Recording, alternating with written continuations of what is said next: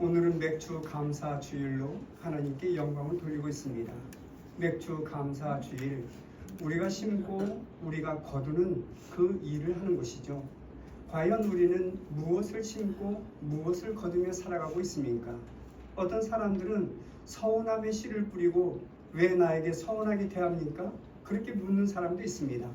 어떤 사람은 원한 관계를 씨를 뿌리면서 왜 나에게 원한을 품습니까? 이렇게 묻는 사람도 있습니다. 내가 뿌린 대로 내가 거두는 것입니다. 그러므로 여러분, 우리의 인생의 밭에 매일매일 좋은 씨, 감사의 씨를 뿌리며 그 감사의 수확을 드리고 누구나 다 감사의 인사를 나누는 그런 은혜와 축복이 있으시기를 주님의 이름으로 간절히 축원합니다. 우리는 나누고 베풀고 섬기기보다 받는 것에 더 익숙해져 있는 그러한 삶을 살아가고 있습니다. 무엇인가 누군가에게 끊임없이 받기를 원하고 섬김을 받기를 원하고 내 손에 무엇인가 쥐어주기를 원하는 그런 삶을 살고 있다는 것입니다. 그래서 흔히 그 원수는 돌에 새기고 은혜는 물에 새긴다는 말이 있는 것 같습니다. 우리의 심령을 찌르는 듯한 그 날카로운 말, 그 서운한 말, 그 말은 영원히 잊지 않아집니다. 그러나 나에게 베풀어준 그 은혜, 그 많은 은혜, 그 은혜에 감사하는 마음이 그렇게 쉽게 사라지고 있는 것을 보게 된다는 것입니다. 서운한 마음을 돌에 새기듯 우리의 심령에 깊이 새긴다면 여러분, 이 서운한 마음은 해결되지 않습니다. 그 서운함이 점점 더 커질 수밖에 없는 것입니다. 하지만 비록 작은 것이라도 그 작은 것에 감사하며 살아간다면 감사의 조건이 넘치게 되고 감사할 일이 많아지게 되므로 결국은 축복의 삶, 복된 삶을 살아가게 되는 것입니다. 감사하는 마음으로 살아가는 이 사람들의 얼굴빛을 한번 보시기 바랍니다.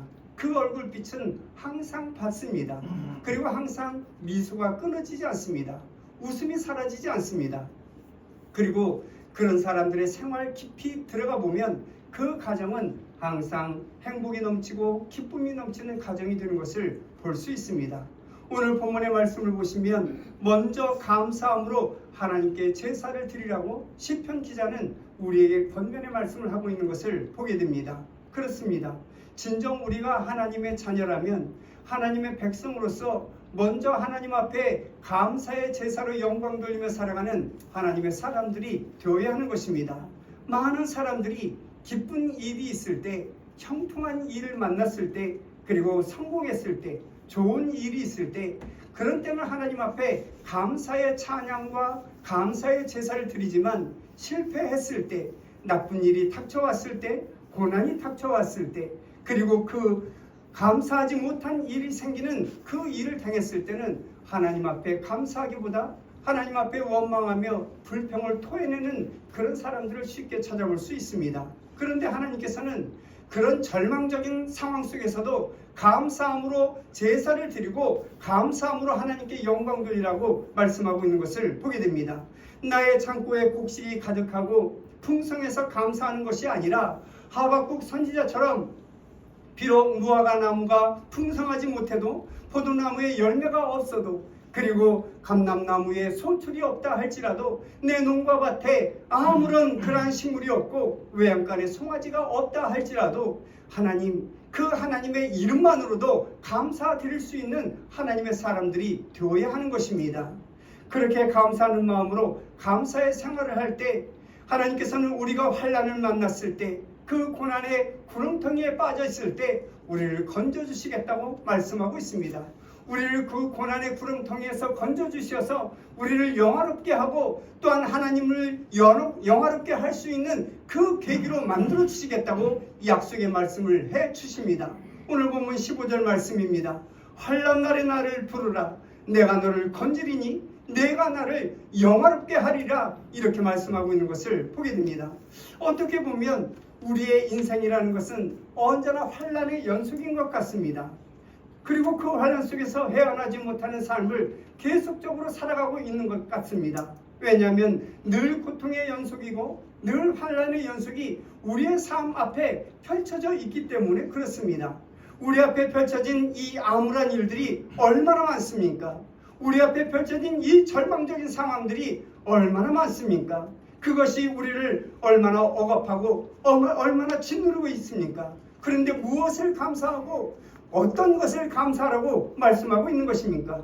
우리 앞에 펼쳐진 이 절망적인 상황과 이 암울한 상황이 우리 앞에 온통 펼쳐져 있고 우리 주변에 펼쳐져 있는데 도대체 내 인생을 돌아보면 온통 고난의 투성이고 역경의 투성인데 무엇을 감사하고 어떤 것을 감사하라고 말씀하는 것입니까?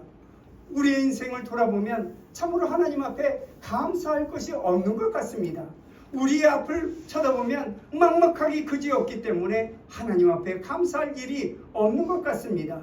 그런데도 하나님께서는 감사하라고 말씀하고 있습니다.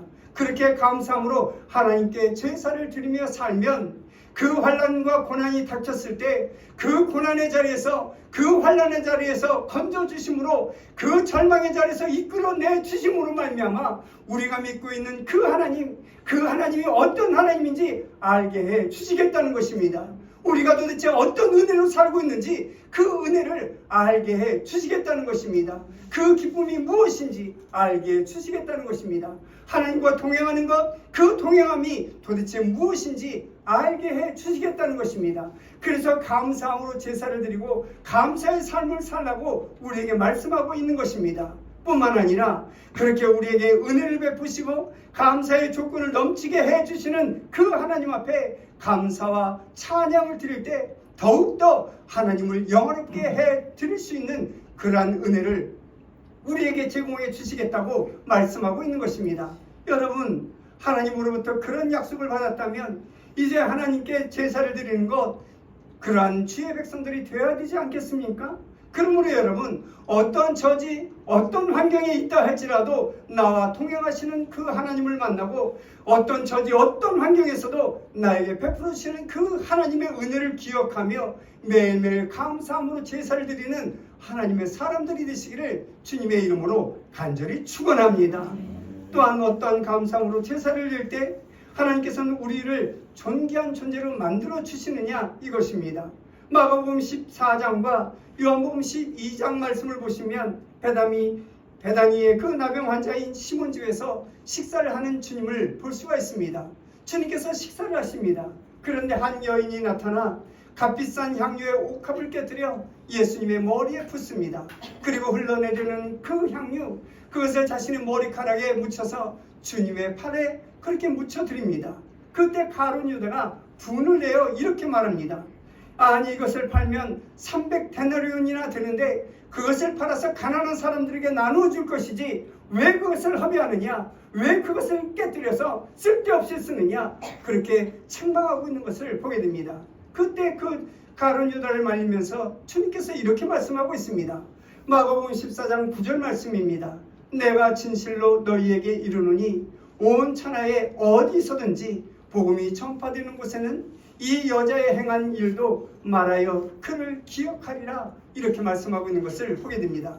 보잘것없는 한 여인, 그리고 드릴 것이 없어서 가장 값비싸게 여기는 이 옥합, 그것을 깨뜨려 하나님의 그 크신 은혜의 감사의 표현으로 주님께 감사의 표현을 해드렸더니 이제는 그 온 세상에 그 이름이 널리 퍼질 만큼 존귀한 존재로 만들어 주시더라는 것입니다. 오늘 보면 23절 말씀을 보시면 감사로 제사를 드리는 자가 나를 영화롭게 하나니 라고 말씀하고 있는 것을 보게 됩니다. 하나님께서 우리를 창조하신 목적이 있다면 우리로 하여금 하나님께서 찬양받으시기를 원하고 우리로 하여금 감사의 고백을 듣기를 원하시는 하나님이라는 사실을 우리는 잊지 말아야 됩니다. 그러므로 여러분, 항상 하나님께 영광 돌리는 것, 그 첫 번째가 바로 감사의 제사를 드리는 것이라고 우리는 기억해 두어야 되겠습니다. 그렇다면 하나님께 드리는 그 감사의 제사는 어떤 제사입니까? 먼저 감사의 제사는 마음과 정성을 다하는 그런 제사가 되어야 됩니다. 감사의 표현은 무엇보다 마음과 정성이 그 안에 담겨져 있어야 됩니다. 그래야만 그 감사를 받는 사람도 행복이 넘치고 기쁨이 넘치게 되는 것입니다. 감사하는 마음도 없이 형식적으로 감사를 표현한다면 감사를 받는 상대방도 불쾌해질 수밖에 없는 것입니다. 마찬가지로 우리도 하나님께 감사의 제사를 드릴 때 정성을 다하여 마음을 다하여 감사의 제사를 드려야 할 것입니다. 오늘 본문 23절 말씀을 보시면 감사의 제사를 옳게 하는 자라는 말씀이 기록되어져 있습니다. 이 제사라는 이 말은 희생이라는 말과 같은 뜻으로 사용되어져 있는 것을 볼 수 있습니다. 여러분, 우리가 이렇게 예배 드리고 있는 것, 이것도 희생입니다. 나의 시간을 희생한 것이고 나의 물질을 희생한 것이고 내가 쉴 수 있는 그 시간들을 희생하여 하나님 앞에 드리는 것입니다.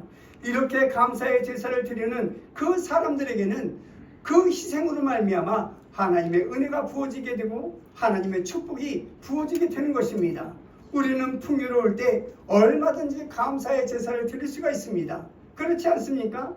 늘 넉넉하고 늘 풍요롭고 늘 모든 일이 형통할 때 감사의 제사를 드리는 것, 이것은 어쩌면 너무나도 쉽고 너무나도 당연한 일이 될 것입니다. 그러나 하나님께 감사할 조건이 없음에도 불구하고 감사하는 것, 이것이 진정한 감사이고 이것이 하나님께서 원하시는 감사가 되는 것입니다. 이것이 바로 올바른 감사이고 올바른 감사의 방법이 되는 것입니다. 내가 감사해야 할 10가지 조건이 있다면 그 한 가지를 택해서 하나님 앞에 감사하는 것이 아니라 나는 감사할 조건이 아무것도 없음에도 불구하고 감사할 조건을 찾아서 하나님 앞에 감사를 드리는 것, 이것이 진정한 감사라는 것입니다. 아브라함이 그랬습니다. 아브라함은 하나밖에 없는 그 독자 이삭밖에 없습니다. 하나님께서 이 아브라함에게 그 이삭을 제물로 바치라고 그렇게 말씀하고 있습니다. 망설임 없이 이 아브라함이 그 아들과 함께 제물 장소, 번제 장소로 옮기게 된 것을 볼 수 있습니다. 그런 아브라함의 중심을 보시고 하나님께서는 바다의 모래알 같이 하늘의 뭇별과 같이 그런 후손의 축복과 물질의 축복을 허락해 주신 것을 보게 됩니다. 우리는 이것을 기억하며 하루하루를 살아가는 하나님의 사람들이 되어야 됩니다. 사랑하는 성도 여러분, 우리가 주님으로 받은 그 은혜가 얼마나 큰지 모릅니다. 나를 구원하시려고 십자가에 못 박혀 죽으신 주님이십니다. 내가 받아야 할 그 핍박과 내가 받아야 할 그 채찍을 모질게 받으신 주님이십니다. 그런 주님을 생각한다면 우리는 아브라함과 같이 조금도 망설임 없이 하나님 앞에 감사를 제사를 드리며 헌신하며 순종하는 하나님의 사람들이 되어야 되겠습니다. 하라옵기는 예인의 모든 성도들이 마음과 정성을 다하여 하나님 앞에 감사의 제사를 드림으로 인하여 그것을 통하여 축복해 주시는 그 하나님의 은혜와 그 하나님의 축복이 사랑하는 성도들의 심령과 가정의 풍성이 임하시기를 주님의 이름으로 간절히 축원합니다. 두 번째로 감사의 제사는 행위로 표현되어야 합니다. 마음과 정성을 다하여 감사하는 것 참 중요합니다. 그러나 무엇보다도 더 중요한 것은 마음의 그 정성뿐만 아니라 말과 행위로 나타내는 것이 중요합니다. 한국 사람들은 서양 사람들에게 비한다면 미약한 점이 있습니다. 감사합니다. 사랑합니다. 존경합니다. 이런 감사의 말과 감사의 인사가 너무나도 인색하다는 것입니다. 우리는 부모에게나 혹은 자녀에게나 혹은 부부끼리 혹은 이 교회 안에 있는 성도들끼리 사랑합니다. 이렇게 고백한 적이 있습니까? 그렇게 고백하며 살아가고 있습니까? 우리는 이 사랑한다는 이 말이 너무나도 인색합니다. 어쩌면 여러분 이렇게 함께 모여있는 이 자리에서 내가 당신을 사랑합니다. 내가 주님의 이름으로 당신을 사랑합니다. 이런 말 한마디 못하고 인생을 마감하는 사람도 너무나도 많은 것을 보게 됩니다. 그래서 여러분 이 시간을 빌어서 인사하는 시간을 갖고자 합니다. 사랑한다고 고백하는 그 시간을 갖고자 합니다. 어색하고 쑥스럽기 짝이 없을 것입니다. 앞뒤를 향하여 한번 인사를 해보시기 바랍니다. 주님의 이름으로 당신을 사랑합니다.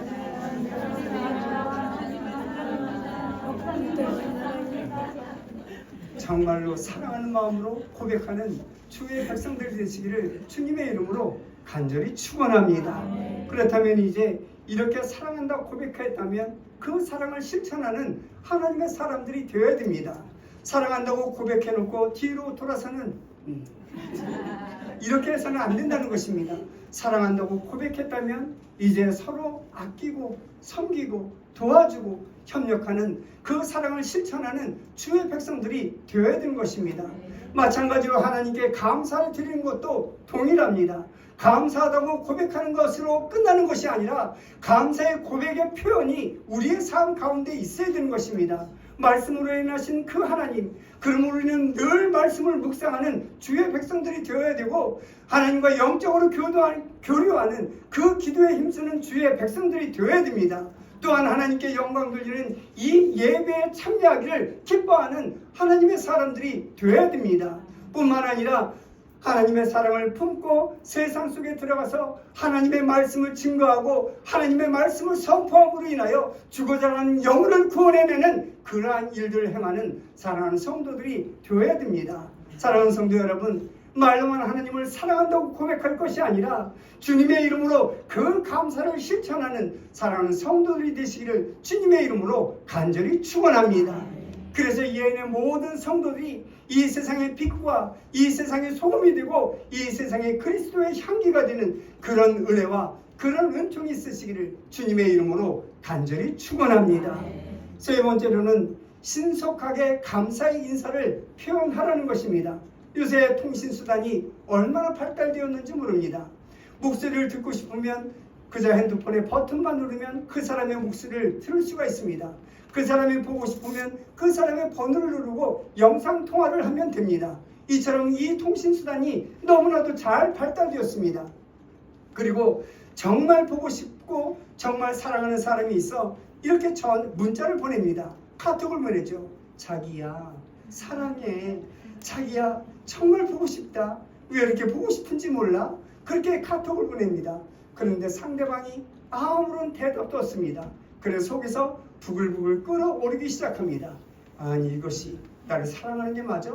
이것이 정말 나를 사랑하는 게 맞아? 그렇게 짜증이 나 있는 순간 문자가 오죠. 응 알았어. 그러고 끝납니다. 여러분 그날은 그 애인한테 아주 절단나는 날이 될 것입니다. 어쩌면 쌍코피가 나도록 쥐어 터질지도 모르겠습니다. 아무튼 사랑하는 사람에게 그런 톡이 오고 그런 문자가 온다면 즉각적으로 대답을 해줘야 됩니다. 즉각적으로 전화를 걸어서 나도 사랑해 자기야, 정말 사랑해, 이런 응답이 있어야 되는 것입니다. 그런데 아무 응답도 없다면 그날은 큰 코 다치는 날이 되게 될 것입니다. 누가복음 17장 11절 이하의 말씀을 보시면 예수님께서 예루살렘으로 가시는 그 길에 사마리아와 갈릴리 사이를 지나게 됩니다. 그러다가 어떤 마을을 지나치게 되는데 10명의 문둥병 환자를 만납니다. 그들이 주님을 부릅니다. 예수 선생님이여, 예수 선생님이여, 우리를 불쌍히 여겨 주옵소서. 예수 선생님이여, 우리를 긍휼히 여겨 주옵소서. 그 말을 들은 주님께서 그 길을 지나치지 못하고 누가복음 17장 13절에 이렇게 기록하고 있습니다. 소리를 높여 이르되 예수 선생님이여, 우리를 불쌍히 여기소서, 우리를 불쌍히 여기소서. 그렇게 외쳤을 때 14절에 주님께서 이렇게 말씀하고 있습니다. 보시고 이르시되 제사장들에게 너희 몸을 보이라 하셨더니 그들이 가다가 깨끗함을 받은지라, 이렇게 기록하고 있는 것을 보게 됩니다. 이 나병 환자들, 이 문둥병 환자들은 분명 믿음이 있었을 것입니다. 왜냐하면 너희 몸을 제사장들에게 보이라, 그렇게 주님께서 말씀하셨을 때 그 말씀에 순종하여 제사장에게 달려갔기 때문에 그렇습니다. 여러분 상상해 보십시오. 지금 10명의 문둥병 환자가 제사장들을 향하여 지금 막 달려가고 있습니다. 막 달려가다 옆 사람을 보니 문둥병이 깨끗이 나았습니다. 그리고 서서 나를 보니 내 문둥병도 깨끗이 나아버렸습니다. 치유된 것을 확인했다면 이제 돌아서서 모두가 다 주님 앞에 감사의 인사를 즉각적으로 드려야 되는 것입니다. 그런데 여러분 그 10명의 문둥병 환자들 가운데 단 한 사람만 그 발걸음을 돌려 주님 앞에 나아가 감사의 인사를 드렸다는 것입니다. 그래서 주님께서는 그에게 구원의 축복까지 은혜를 베풀어 주신 것을 보게 됩니다. 물론 다른 9명의 그 나병 환자들도 감사하는 마음을 가지고 있었을 것입니다. 그러면서 지속적으로 그 발걸음을 옮겼을 것이고, 그리고 그들은 생각했을 것입니다. 나중에 주님을 만나면 내가 감사의 인사를 드려야지, 나중에 내가 감사의 인사를 드리면 되지 않는가, 아마 그렇게 생각했을 것입니다. 그러나 여러분 그 나중의 인사는 별로 은혜롭지가 못하는 것입니다. 우리도 이웃과 그리고 하나님 앞에 감사의 인사를 드릴 때 즉각적으로 그 감사의 인사를 드리는 하나님의 사람들이 되어야 됩니다. 많은 은혜를 받았음에도 불구하고 그 은혜를 묵살하고 있다가 나중에 만나서 그때 정말 감사했습니다, 이렇게 인사하는 것은 별로 의미가 없다는 것입니다. 나에게 은혜를 베풀어 주었다면 그 은혜에 감사하여 즉각적으로 인사하는 하나님의 사람들이 되어야 하는 것입니다. 여러분, 우리의 인생을 돌아보면 감사하지 않은 일이 없습니다. 우리의 삶을 한번 돌아보시기 바랍니다. 하나님의 은혜가 아닌 것이 없습니다. 내가 비록 지금 이 순간에는 나의 질고 때문에 고통을 당하고 있고, 나의 물질의 부족함 때문에 고통을 당하고 있고, 어떤 여러 가지 일들로 고통을 당하고 있지만 돌아보면 하나님의 은혜가 아닌 것이 없다는 것입니다. 그런데 우리는 마치 당연한 것처럼 그것을 받아들이며 살아가고 있습니다. 그렇다 할지라도 이제부터라도 하나님 앞에 감사를 즉각적으로 드리는 하나님의 사람들이 되어야 됩니다. 매일매일 매 순간순간마다 나에게 베풀으신 그 은혜에 대하여 즉각적으로 감사의 찬양을 드리고 감사의 고백을 드리는 주의 백성들 되셔서 매일매일 베풀으시는 하나님의 은혜를 체험하며 누리며 살아가는 하나님의 사람들이 되시기를 주님의 이름으로 간절히 축원합니다. 네 번째로는 역경 중에도 감사하라는 것입니다. 많은 사람들이 어떤 일에 문제가 없고 형통하고 성공적으로 이렇게 일이 진행될 때 하나님 앞에 감사를 드립니다. 그러나 그 일이 실패로 끝나고 그 일이 역경중으로 몰아지게 되고 그 일로 인하여 슬픔을 당하게 된다면 감사할 일이 없다고 하나님 앞에 감사를 드리지 않습니다. 그런데 그런 고난과 그런 역경중이라도 하나님께서는 감사의 제사를 드리라고 오늘 본문은 말씀하고 있습니다. 그 감사의 제사가 더욱더 귀하기 때문에 그렇습니다. 왜냐하면 나에게 처해져 있는 모든 상황, 그 상황은 주권자 되시는 하나님께서 다 알고 계십니다. 그 알고 계시는 그 가운데서도 내가 하나님 앞에 감사한다는 것은 하나님의 모든 일에 내가 감사할 수밖에 없고, 하나님께서 운행하시는 모든 일에 나는 감사합니다, 그렇게 고백하는 믿음의 고백이 되기 때문에 그 감사의 고백이 소중하고 그 감사의 고백이 너무나도 귀중한 것입니다. 여러분, 우리 눈앞에 펼쳐져 있는 이 급급한 현재의 삶의 애걸하고 이 세상의 모든 것들을 위해서 세상에 투자하고 그리고 이 세상에 이끌려 살아가는 그 삶을 살아가는 것이 아니라 먼 미래를 바라보며 살아가는 하나님의 사람들이 되어야 됩니다.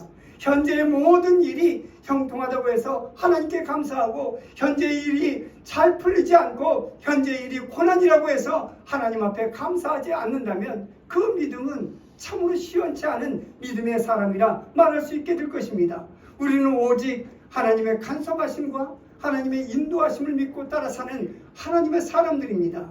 지금 비록 우리에게 당한 이 일이 견디기 힘든 고통이고 견디기 힘든 환난이고 견디기 힘든 그런 역경같이 보이지만 먼 훗날에 가서 돌아보면 그 일이 하나님의 은혜의 길에 띄었고 하나님의 은혜의 기회가 되었다는 사실을 알게 될 것입니다. 그리고 그 일로 인하여 감사의 고백을 드리는 하나님의 사람들이 되게 될 것입니다.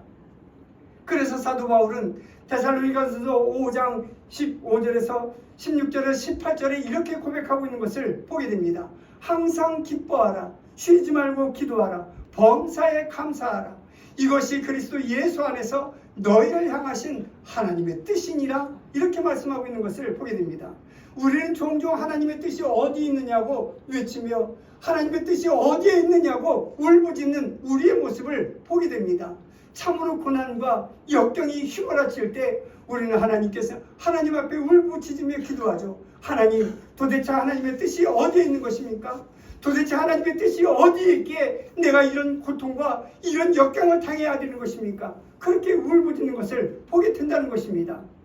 그런데 여러분, 하나님의 뜻이니라 말씀하는 이 말씀을 한번 보시기 바랍니다. 항상 기도하라, 항상 기뻐하라, 쉬지 말고 기도하라, 범사에 감사하라.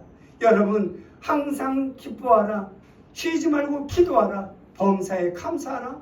아무리 고난과 역경이 몰아닥친다 하더라도 내가 그 고난과 역경에 절망에 빠지는 것이 아니라 그 고난과 역경 가운데서도 감사의 조건을 찾고 하나님 앞에 감사하며 기뻐하며 하나님께 영광 돌리게 된다면 하나님께서는 우리를 그 구름통에서 우리를 건져주시고 우리를 영화롭게 해주시며 하나님을 영화롭게 할 수 있는 은혜와 은총을 우리에게 부어주실 것입니다. 여러분, 사도 바울의 삶을 한번 돌아보시기 바랍니다. 그가 예수 믿기 이전에는 그는 부족함이 없는 삶을 살아가는 그런 사람이었습니다.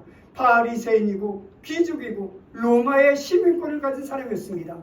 그의 삶은 언제나 형통하였고 그의 삶은 부유하였고 그의 삶은 부족함이 없는 삶이었습니다. 그러나 그가 예수 믿은 이후의 삶은 그 삶과 확실히 180도로 바뀐 것을 보게 됩니다. 예수 믿는 그 이후의 삶은 매를 맞기도 하고 또한 감옥에 갇히기도 하고 죽을 고비를 수없이 넘기는 그런 삶이었습니다.